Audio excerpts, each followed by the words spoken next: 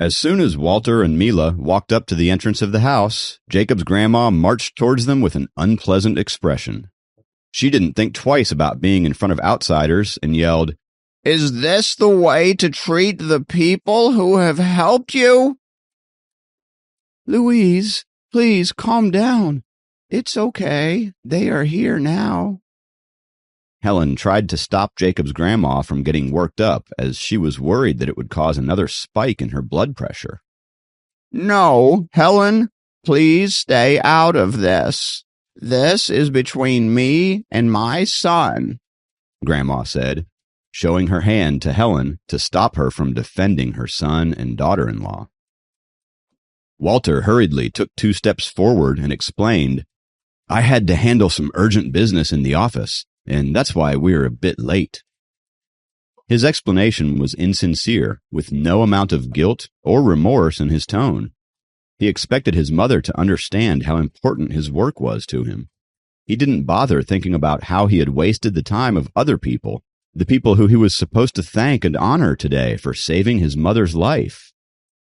"Your office is your priority, and this old woman is none of your concern, right?" Grandma's face fell as she asked. Seeing the awkward situation between her husband and mother-in-law, Mila said, "Mom, please calm down. Your blood pressure." She wanted to diffuse the situation since it was very embarrassing for a world-renowned scientist to have his mother scold him like that in front of strangers. But her interference backfired on her. "Oh, so now you care about my blood pressure. Where were you when I passed out and had to be taken to the hospital? Leave that. Where have you been Jacob's whole life? I'm the one who has raised him because, for you both, nothing is more important than your research. I may not be as educated as you, but even I know that you can't neglect your own family in the name of work." Grandma kept on lashing out at her son and his wife. Most people would not listen to their parents berate them like this, but Walter and Mila listened to every word she had to say with their heads down, as they knew that she was right. They had not only been bad children, but also bad parents to Jacob, and it was about time someone knocked some sense into them. "I never said anything to you about this because I used to think that your work was more important than Jacob and I.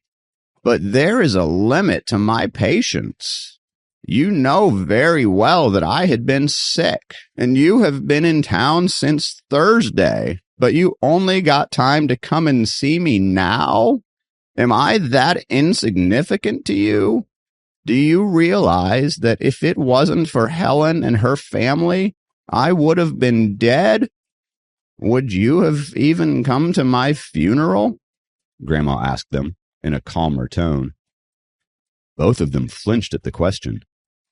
Mila said in a low voice, "Mom, please don't say that." They were both grown-up and accomplished people, but today they were standing in front of their mother like 2 kids who had broken a valuable in the house or something. They were filled with guilt as they realized that Louise's reaction today wasn't just because they were late for lunch. It was a result of all the pent-up angst that she had harbored against them over the years.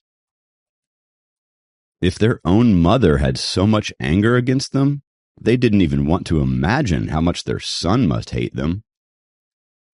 Sophie's family and Jacob were standing there as silent spectators as they were all terrified of this side of the sweet and loving grandma that they were getting used to over the past few weeks. They got to witness her anger for the first time ever. Helen stepped back immediately after the first time Louise had asked her to, and Sophie was in the back, a bit shocked. Jacob was also just looking at his parents emotionlessly because he knew that they deserved this. "Why not? It's true. These people saved my life and took me into their home, and this is how you thank them? Winning a few awards doesn't mean that your time is more important than others. This is the last straw for me.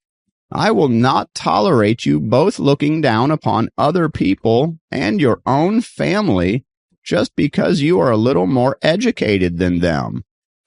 By the time Grandma finished speaking, her breathing was heavy and her heart rate was high. "It is my fault, Mom. I promise this will not happen again." Walter moved forward and held his mother's hand in his and said with sincerity, "I'm in the wrong, too." Mila took 2 steps forward and said, with her head hung low, "Louise, don't work yourself up. You have to take care of your blood pressure." Helen took the opportunity, seeing that she had calmed down a little. "Grandma, please don't be so angry." Sophie also walked over to comfort her.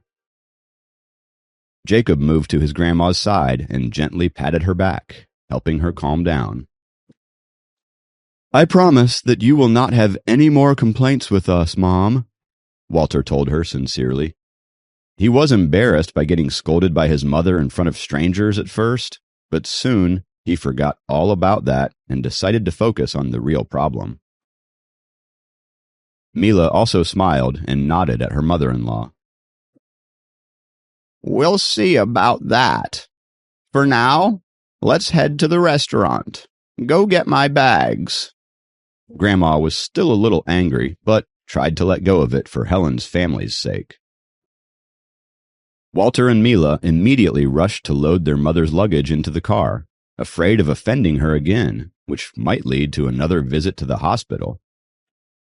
After several deep breaths, Grandma returned to her amiable self and said to Helen and Dracon, "I apologize for what happened today." "It's all right," Dracon said with a smile. After several days of rest in Helen's home, Grandma was much stronger, and she looked healthier. She was old, but she was very observant.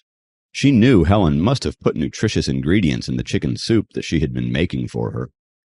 Also, she noted how much Helen liked Jacob.